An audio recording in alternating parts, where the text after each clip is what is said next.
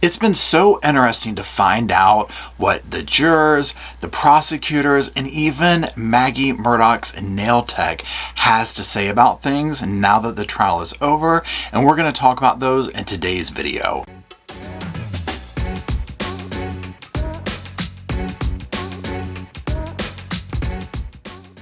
Hello everybody and welcome back to the sofa. That's the sofa behind me with our mascot, Mr. Roscoe P. Coltrane. And this is Oliver. He is currently visiting and I am currently babysitting. And my name is Paul. Welcome back to the sofa. So today we're going to be talking about a few specific things. We're going to be talking about just more information that's coming out after the trial has concluded. Specifically what Maggie's nail tech had to say, what one of the state attorneys had to say, and just some more information on what the jurors are saying in interviews and whatnot. Now, before we jump in, please go ahead and make some room on the cushion back there, Roscoe, and Sofa Squad, give a warm sofa welcome to today's partnership who is helping to make this video possible, in addition to the Sofa Squad making it possible to have the doors open and the cushions fluffed. I partnered with Geology this month and I want to tell you about their amazing hair care products. They sent me several things to try and one that I fell in love with was their Cooling Hair Co-Wash. Geology creates simple and effective skincare and hair care routines customized just for you with ingredients that are proven to work. Geology's custom control hair care products are formulated with intentional ingredients that provide great hair and scalp benefits. Every product in their range of hair products is dermatologist tested for best results. Now, y'all are used to seeing my hair all gelled up and done, but one of my issues is buildup, and that starts with my scalp. So I tried a couple of their washes so you could see what each one looked like, and I wanted to see what they felt like as well. Co-Wash is a specifically formulated cream cleanser that removes buildup and cleanses the hair without the big lather, harsh ingredients, or stripping hair of its natural oils. Co-Wash focuses on cleansing and nourishing the scalp, and Geology's hair products are great for all hair types and are color safe. Also, their products will come in pouches made with 84% less plastic than traditional packaging, which creates a smaller carbon footprint in production and transit. And another thing I love about Geology is a little bit of their product goes a long way. The Co-Wash felt so refreshing and nourishing on my scalp, and it cut down on the suds. My hair felt clean, and most importantly, my scalp felt rejuvenated and clean. I also tried their strengthening shampoo and conditioner. The shampoo really got in there and cleaned, and the conditioner left my hair feeling vibrant but not weighted down. Geology is a 16-time award-winning skin, hair, and body care company. They've got over 6,000 5-star reviews. People love the product, and I think you will too. Right now, for a limited time, they are hooking you up with an absolutely insane offer. Use my code SOFA70 or scan the QR code on the screen and they will give you an exclusive 70% off of their award-winning skincare trial set and custom control hair care routine. On top of that, they are giving you an exclusive bonus offer up to 50% off an additional skin, hair, and body product of your choice when you add it to your trial. This is one of the best offers you will see. Get it before it's gone. Alright, so be sure and check out all their stuff. It's down in the description below. So what we'll be doing is I'm going to be referencing some video clips of different things, interviews and whatnot, and we'll make commentary on it and talk about it, and that's it. So let's go ahead and get to diving in. It's hard to get around, being at the murder scene with the victims just moments before they died and then lying about it. I mean, that's a real hard truth there, but amen, brother. I mean, come on, right? I mean, this is the whole crux of it, right? Now, I'll say this. And this is another reason why this case fascinates me, because I sit here and I'm like, if the Snapchat video wasn't there, again, I go back to where I'm like, I'm not sure if they could have convicted, right? Because the whole time, and again, if you follow me for this, I was like, I see a hung jury or an acquittal, whatever you want to call it. So when they came back so quick, I was like, what? Kind of a thing. Now, granted, at this point, I think they made the right decision, right? And that Snapchat video, along with many other things, just kind of sealed the fate. And so, I wanted to start off with that clip because I was like, yeah, I mean, that's the end of the day. I mean, you can't get around that, and the fact that he lied about it from the get-go. People can speculate, and they have tried to speculate about Mexican cartels and all this other stuff. There was absolutely no evidence of any of that. The perfect storm that arrived was Alec. Guilty. guilty, party of one. I mean, literally up until the very end, and honestly, even after that, I was still sitting here like, I wonder if somebody helped him cover up, or if he did this, or if he did that.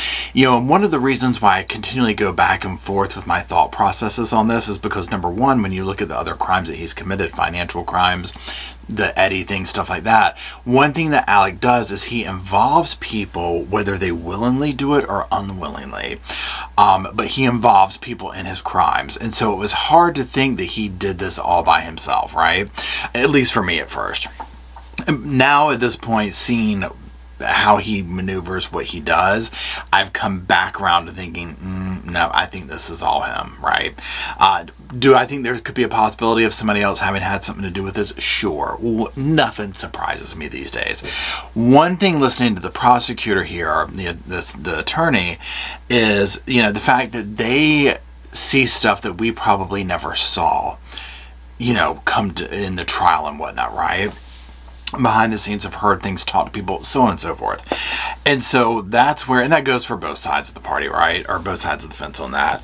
But that's one place where I'm just like, yeah, I mean, they've gone through and through. I mean, it is what it is, right? So I've come back around to the spot of being like, I really do just think that he pulled this off. Like, I think that he got way in over his head. I do not believe that he was spending all that money on what he claimed he was spending it on. I think there's way more to that, and I think we'll find out more we're going to find out more with the other trials coming up, right? And we could get into maybe some other motivating factors there, because there could be something going on. Again, this is speculation on my part, that it could be like he's keeping quiet about some things to protect others, meaning their life or things like that, because, you know, and what I mean by that is, I guess, and I'm not even trying to get into like a Mexican cartel thing like that guy said or whatever, but just, I feel like the amount of money that he was claiming that he spent, he was hiding the money somewhere, right? I mean, someone could have that money right now. Do with that what you will. You're confident he's the only one responsible? Oh, absolutely. Absolutely. When the other jury, I can't remember his juror number, but the young man with the Constitution tie, that's what he's come to be known in the comment section, the Constitution tie juror. When he explained, and not just him, but other people, there's a young lady who does crime scene reconstruction. She did a video on it. Other people explaining like the shooter, at the time it was the shooter, but now, you know, Alec, took that first shot at Paul, fell backwards, made the second shot from the ground. It just made sense, right? And so again, when they took that trip out there, and we heard from them describing like it clicked. When we got out there, we saw the house, all that kind of stuff. It all just clicked into place. And so I feel very confident that the state attorneys know what they're saying when they say, no, it was him alone. But it was important for me to start out of the gate and play his voice, play that 911 call, play that Daniel Green body cam, play those interviews for the jury. I wanted them to learn his voice because they were going to hear the kennel video and it was going to be undeniable.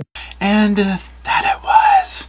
I mean, that was a pretty big moment, right? I mean, even for us who had heard his voice by then, probably way more than the jury had maybe. I mean, I don't know. We were seeing like different documentaries, all that kind of stuff that they hopefully weren't watching during the trial. But that was such a mic drop moment, right? When that was played, I mean, my mouth was on the floor over that. And the whole thing of, what are you going to say? Now, again, I don't know how the outcome would be, right? I mean, this is just life itself, trying to figure out, well, if you took the left, what would it be? And if you went to the right, what would it be? You know what I mean? Like, every path has a different outcome. So my hypothetical question of, if he never took the stand to try to explain himself about being at the kennels and just remain quiet, would they have convicted? But as we've heard from other jurors, that wasn't the nail in the coffin, so to speak. It was one of them, right? But not 100%, because remember, there was also other people there, not there, but friends of Paul and whatnot, that were like, no, that was totally his voice, right? I mean, their friends got on the stand and testified to this. But I just do wonder if Alec had gotten on the stand and, or not gotten on the stand and testified, if the outcome would have been the same. The cross as I went in was going to be different from a traditional cross. And I think if you tried to do this like a traditional cross, it would not have gone as well. I also knew that starting out, I was going to be cut off by the evening recess, and I was essentially going to have to start from scratch because it's a process as you want to have that conversation. You do want to make it, have him answer difficult questions over a long period of time. So I also had to get to a stopping place and not sort of cross over into new territory because I knew I was going to be starting over. But the main point was to get him talking. I knew I've been investigating and studying this man for a long time. I've had experience with people like him who are confident in their ability to come into a room and talk their way out of any trouble, to dominate that room. And isn't that the damn truth, right? Alec was like thinking, I can get up there and talk my way out of this. You couldn't tell him no different, right? I mean, he was like, boys, I'm going to get up there, okay? I don't want to hear no different. Now you, Poot, I want you to ask me this question. No, never mind. You know what, Poot? You sit down. I want you to start off and be real serious, real dramatic. And that was the whole thing I was thinking when they started off and he was like, Mr. Murdaugh, did you take a gun and take it to your son? And I was just like, ugh, this feels so like, wannabe actor studio. But that's the thing when you deal with people like Alec, and especially ones who it's worked for him his whole life, right? Because that's what he's done. He's gotten away with it up until now. And so the idea was to get him talking. I mean, there were pauses that were intentional because he couldn't help himself. He'd start talking again, and then, oh, there's something new we could talk about. And you saw him sort of the wheels turning, and I knew if I did it long enough, there was going to be new lies that he told along the way. I mean, and that's the truth too. If you remember back to the trial, he wouldn't shut up there. I mean, all you had to do was give a moment of silence. This man would start confessing, talking about, I jaywalked, on the way from the prison this morning.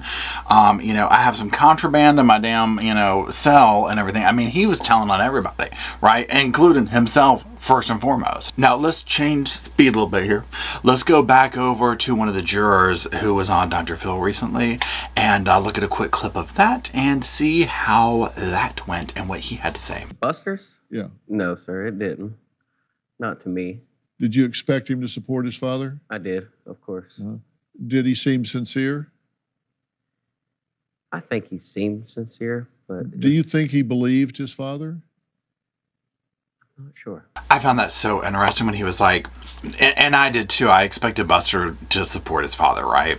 I'm not sure, I was not expecting that. Did he seem sincere? Yeah, he did. Do we think he believed the dad, though? What an excellent question, because even though he seems sincere-ish, I mean, I don't know Buster, right? So I don't know what he's like in real life. I'm like, that could just be how he is, That's a difficult one to answer, but did he believe his father? Part of me was like, well, not knowing him, to me, I felt like he was getting up there and going through the motions. But again, I don't know him. So that could just be his demeanor, right? Again, I don't know what that would be like to be faced with that of, this has all happened. My mother and brother are gone. My life is completely disrupted. My father's the only person left, and he's accused of doing this. So if I go with the whole thing of he did it, well, then that unearths all this stuff that we have to examine, right? I would assume, but maybe not. Maybe, I mean, we don't know how they roll, right? Maybe they could just brush that off, or not brush it off, but like, we're just going to put this in its own little category, and we're not going to speak about this to preserve this over here. It's one of the things that really fascinates me psychologically about true crime when you get into the different dynamics of the family relationships and things of this nature when these things are committed, and how the structure is maintained moving forward or not maintained. Did it have any impact at all on your decision? No. I agree with him, because for me as well, Buster was like neutral ground. I wasn't going to go one way or the other, right? it wasn't going to hurt my thoughts on the situation. It wasn't going to help them, because I was like, okay, this is his son. I'm expecting him to get up here and say A, B, and C. Now, the way it would have hurt if he got up there and was like, lock him up, lock him and throw away the key. I would have been like, whoa, okay, this is bad. Your own son is saying this, So, I should say it would have affected my opinion if he got up there and went that route, right? But we knew that wasn't going to happen, and given the context of the testimony and how that was going. So to me, it was just, he was Switzerland, right? I was just like, okay, this doesn't have any impact either. But I thought it was interesting to hear the juror speak on that. Was the closing argument effective Yes. from the prosecution? From the prosecution, yes. And interesting closing arguments for him were very effective. And for me, listening to them, if you followed my podcast channel where we watched it live, yes, they were very long, but obviously this is a very layered, long case. Now, what I really enjoyed about the closing arguments were that for the prosecution is that we're tying it all together. You've gotten all this information from this trial. Now I am serving you the story. Bam, here it is. Boom, boom, boom, boom, boom, boom, boom. And basically retelling it in a condensed version, even though the condensed version was several hours, whatever it was. Yeah, but nonetheless, this trial was spread out over 6 weeks. So, that being said, I really appreciated that, and a lot of things clicked for me that I was kind of like, on. They just started clicking into place at that point. Okay, now let's get to that little interview on Court TV with the nail tech. This was Maggie, Murdaugh's nail tech, who spoke, and I just want to talk about a couple of things that she said, and let's roll tape. Well, when I recalled that she told me she was getting a divorce, I just assumed it was the husband because, in most cases, that's how it goes.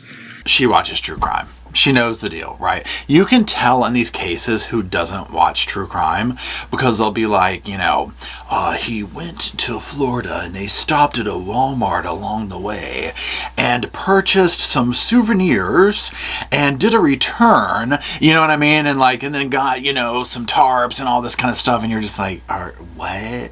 And if you know the case that I'm talking about, drop it in the comments. I'm not going to say which one it is, because I want to see if y'all can guess it, but you get the drift. You can tell where I'm like, if you're going to commit a crime, and I'm not trying to help out criminals, it shocks me that you would not at least put 48 hours on the TV for a day solid just to get some basics down. But I guess when you're willing to go to these lengths that these people do, you're not of that mindset. I don't know. But with her being like, well, it's usually the husband because they're doing this and they're doing the divorce. And you can tell, to me, I don't think that this young lady is lying at all, right? Number one, I shouldn't say she doesn't have a reason to, because people could say, oh, well, she wants to get on TV and do that. So, I don't know her. I'm not trying to say that. I'm just trying to play devil's advocate. I don't think she personally has a reason to lie. She has known Maggie for a while. This is her nail tech. Come on. Y'all know how it is, whether it's your salon, your nail person, whatever that might be for you, your facial person, whatever you do, right? Dentist, whatever that is. You kind of dish and gab with them, and they'll know you on a level that a lot of times people want, especially when you get into nails and stuff like that, where you're going and it's you're dishing. And I'm imagining, well, we don't have to imagine, this is a small town, right? So this could have definitely been a place where Maggie's going and she's dishing or talking about stuff that she might not talk normally about with probably a lot of people, probably even her sister and stuff. This could be very private stuff. So the way that the nail tech, this young lady, just kind of talks about this, oh, well, this was just, what I knew, it just strikes me as authentic. And then little by little more started coming out with Paul and just everything, and we kind of put two and two together, and from the beginning we assumed it was Alex. One thing also about this, well, two side notes. Number one, I could watch stuff like this of people getting their nails done or their hair done, like an ASMR type thing, but not audio. But it's very relaxing to me to be watching that and then listening to something at the same time. So when they decided to do this, I was just oh my god, I'm dozing watching this. But anyways, I digress.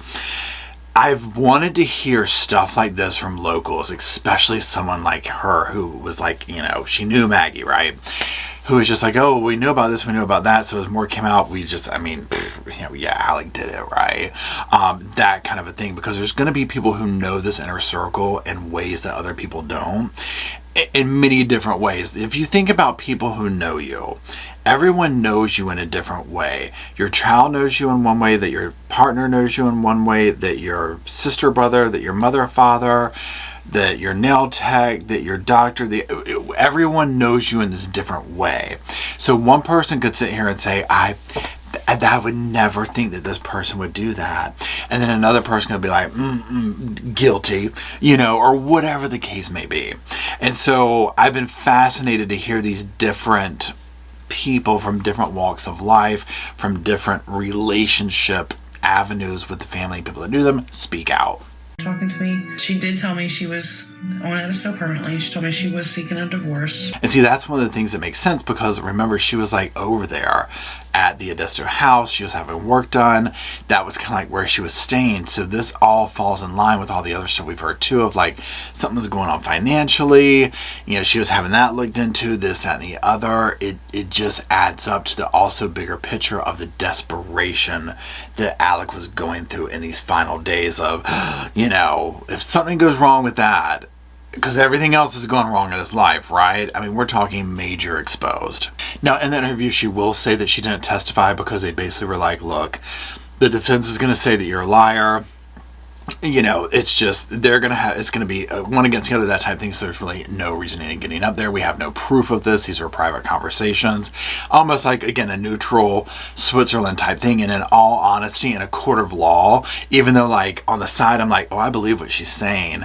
In a court of law, it probably wouldn't have held that much water with me, because again, it's like, these are private conversations. There's no proof of this, right? And even though I can sit here and do like the common sense math of, okay, well, that's her nail tech, and she's known her for this long, and this adds up, there's no proof of it. So, I mean, it is what it is. She did get skipped over a good bit. I felt like she was made a victim, and, she was much more than that. She was a mother, a friend, a loving wife. I thought that was a wonderful thing for her to say about her and to bring up about Maggie in the trial. I thought that was very nice for her to say that, and I thought it was good that she spoke out to Court TV about this. And that whole interview, I just did a couple of little highlights of it. It is on Court TV, so be sure to check them out, check their channel out if you want to see the whole thing. So that is it. Let me know what you think down in the comment section. Do you believe the nail tech? Do you think that that is what was going on in these final days, final months, whatever, of the Murdaugh's world, right? And this is part of what brought down their world at the same time. So that's it. I do appreciate you watching. Be sure to, give Roscoe a little shout out over there and a hello, so he'll get feeling better. And until we meet back in front of the ring light and the camera and the little thing over here, I'll see you soon.